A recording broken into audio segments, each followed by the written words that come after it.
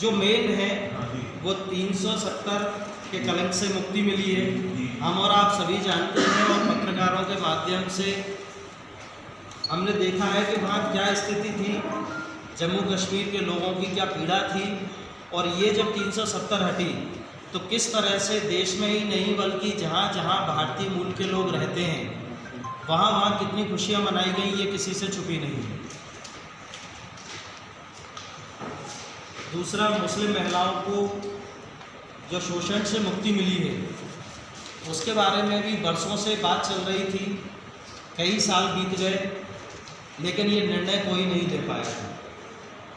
नागरिकता संशोधन कानून की अगर हम बात करें तो लोग तो इसके बारे में बात करने से भी कतराते थे, लेकिन ये बिल भी पास हुआ। जो आतंक का माहौल था पिछले 5 साल में भी उस आतंक के माहौल पर प्रहार किया, आतंक को ख़त्म किया और आगे बढ़े। धार्मिक आस्था से अगर हम बात करें तो राम मंदिर का वर्षों से कोर्ट केस चल रहा था। हर हिंदुस्तानी चाहता था, चाहे वो किसी समाज कहीं से हो, कि इस मुद्दे को समाप्त होना चाहिए, इसका हल निकलना चाहिए।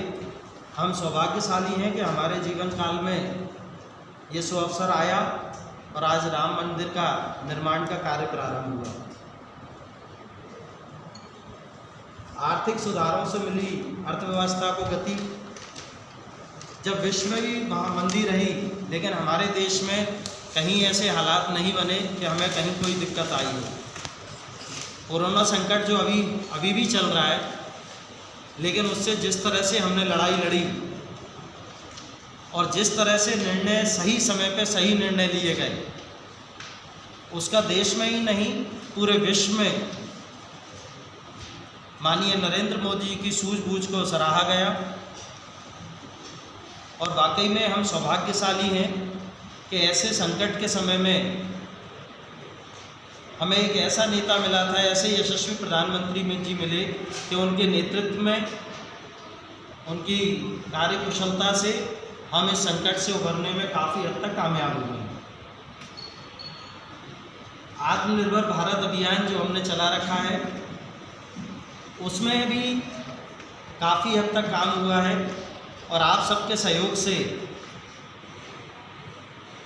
हम सभी लोगों को जागरूक करेंगे और ज़रूर हम आत्मनिर्भर बनेंगे, स्वदेशी अपनाएंगे। ये अभियान छेड़ रखा है और इसमें हम ज़रूर सफल होंगे। और जैसा कि मैंने पहले कहा था कि हमारे यशस्वी प्रधानमंत्री जी के नेतृत्व में जो हर हिंदुस्तानी का सपना है कि हमारा देश एक दिन विश्व गुरु बने, हम इसकी तरफ अग्रसर हैं, आगे बढ़ रहे हैं। और मुझे ही नहीं, सभी हिंदुस्तानियों को ये भरोसा है, ये विश्वास है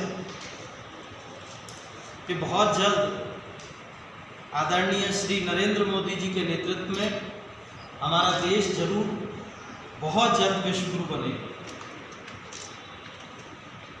अन्य और कई उपलब्धियां हैं।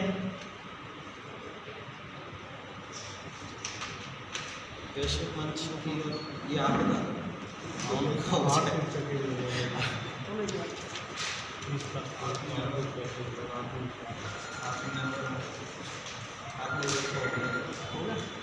शपथ वगैरह लिखा तो पढ़ लेंगे।